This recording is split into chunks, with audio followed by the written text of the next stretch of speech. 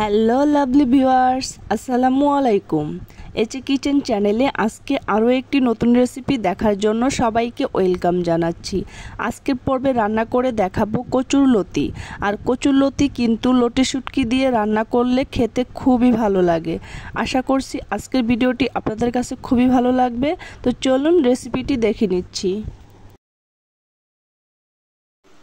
আজকের রেসিপির জন্য আমি এখানে 100 গ্রাম লোটে শুটকি নিয়েছি। শুটকিটাকে ভালো করে পরিষ্কার করে এভাবে ছোট ছোট করে কেটে নিয়েছি। এখন শুটকিটাকে ভেজে নেব। প্রথমে চুলায় একটি ফ্রাই প্যান বসিয়েছি।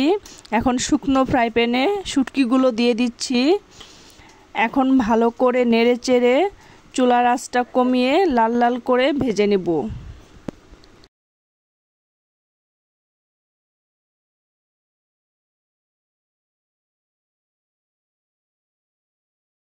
শুটকিগুলো লাল লাল করে ভেজে নিলাম। এখন চুলাটা বন্ধ করে দিচ্ছি।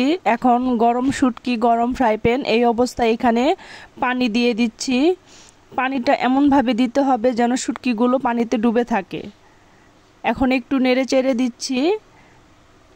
ঢাকনা দিয়ে ঢেকে এভাবে 10 মিনিট রেখে দেব। 10 মিনিট পর আমি শুটকিগুলো ভালো করে বেশ কয়েকবার ধুয়ে নিয়েছি। তো আপনারা যদি লোটে শুটকির কাটা পছন্দ না করেন তাহলে এখন মাছটা অনেকটা নরম হয়ে গেছে। এখন আপনারা খুব সহজেই এভাবে শুটকির কাটাটা ছাড়িয়ে নিতে পারবেন। তবে লোটে শুটকির কাটাটা খুবই নরম হয়, ছাড়ানোর প্রয়োজন নেই। আমি এভাবেই রান্না করব। প্রথমে চুলায় একটি কড়াই বসিয়েছি। এখন এখানে দিয়ে দিচ্ছি পরিমাণ মতো রান্নার তেল। তেলটা গরম হয়ে গেছে। এখন এখানে দিয়ে দিচ্ছি 2 টেবিল চামচ রসুন কুচি। 1 কাপের চেয়ে একটু কম নিয়েছি পেঁয়াজ কুচি। আর দিয়ে দিচ্ছি ছোট সাইজে 30টির মতো কাঁচামরিচের ফালি। ঝালটা আপনারা আপনাদের পছন্দ মতো দিয়ে দিবেন। এখন পেঁয়াজ রসুনটাকে ভালো করে ভেজে নিচ্ছি। বেশি ভাজতে হবে না, পেঁয়াজের হালকা কালারটা চেঞ্জ হওয়া পর্যন্ত ভেজে নিচ্ছি। এই শুটকি রান্নায় বাটা মশলার চেয়ে কাটা মশলা দিয়ে রান্না করলে বেশি ভালো লাগে খেতে আর কি। আপনারা চাইলে এখানে বাটা মশলা ইউজ করতে পারেন। আমি কাটা মশলা দিয়ে রান্না করছি। তো পেঁয়াজটাকে ভালো করে ভেজে নিলাম। এখন এখানে শুটকি দিয়ে দিচ্ছি। এখন শুটকি দিয়ে আবারও ভালো করে নেড়ে চেড়ে লাল লাল করে ভেজে নিচ্ছি। শুটকি পেঁয়াজ দুটোই লাল লাল করে ভেজে নিচ্ছি।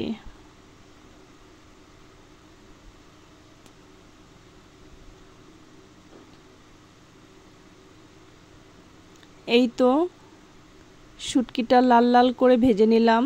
দেখুন শুটকির কালারও চেঞ্জ হয়ে গেছে, পেঁয়াজের কালারও চেঞ্জ হয়েছে। তো এখন এখানে গুঁড়ো মশলা অ্যাড করব। তার জন্য নিয়েছি এখানে মরিচ, হলুদ, ধনিয়া, জিরা সবগুলো 1 চামচ করে নিয়েছি।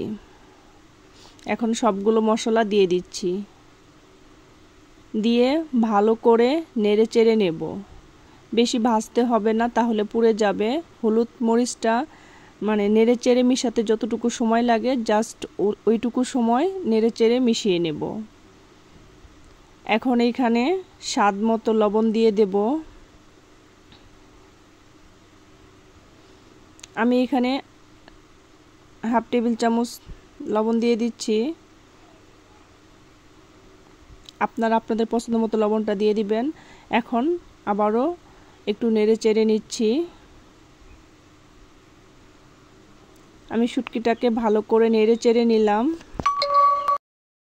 আমি শুটকিগুলো ভালো করে নেড়ে চেড়ে নিলাম। এখন এখানে লতি দিয়ে দেব। আমি এখানে 1 পাতিল লতি নিয়েছি। লতিগুলো পরিষ্কার করে ভালো করে ধুয়ে নিয়েছি। আমার পরিবারের লোক বেশি, তার জন্য আমি বেশি লতি নিয়েছি। আপনারা আপনাদের পছন্দ মতো কম বেশি করে নিতে পারবেন। তো আমি প্রথমে সবগুলো লতি দিব না, প্রথমে অর্ধেকটা লতি দিলাম।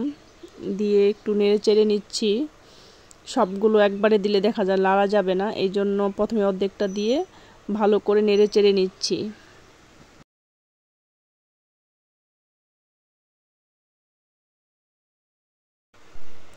এখন বাকি যে লতিগুলো আছে সেই বাকি লতিগুলো দিয়ে দিচ্ছি।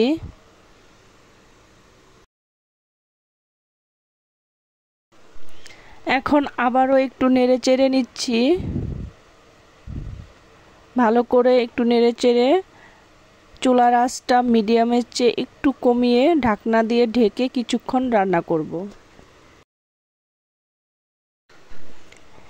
এখন ঢাকনা খুলে আবারও একটু নেড়ে চেড়ে দিচ্ছি।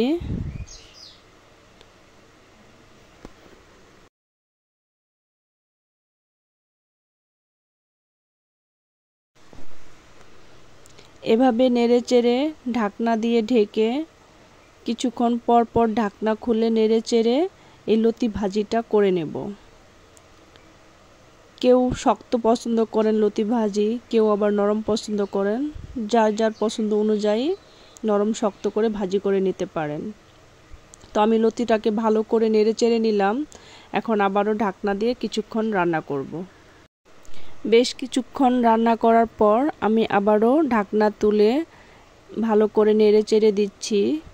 এই দেখুন লতি ভাজি হয়ে গেছে। আমি এভাবেই চুলার থেকে নামিয়ে নেব। ভিডিওটি ভালো লাগলে লাইক, কমেন্ট, শেয়ার করবেন। আমার চ্যানেলটিকে সাবস্ক্রাইব করে চ্যানেলটির পাশেই থাকবেন। এভাবে একবার লতি ভাজি করে খেয়ে দেখবেন, খেতে কিন্তু অসম্ভব মজার হয়। ধন্যবাদ সবাইকে এতক্ষণ আমার ভিডিওটি দেখার জন্য। আজকের মতো এখানেই বিদায় নিচ্ছি। আল্লাহ হাফেজ।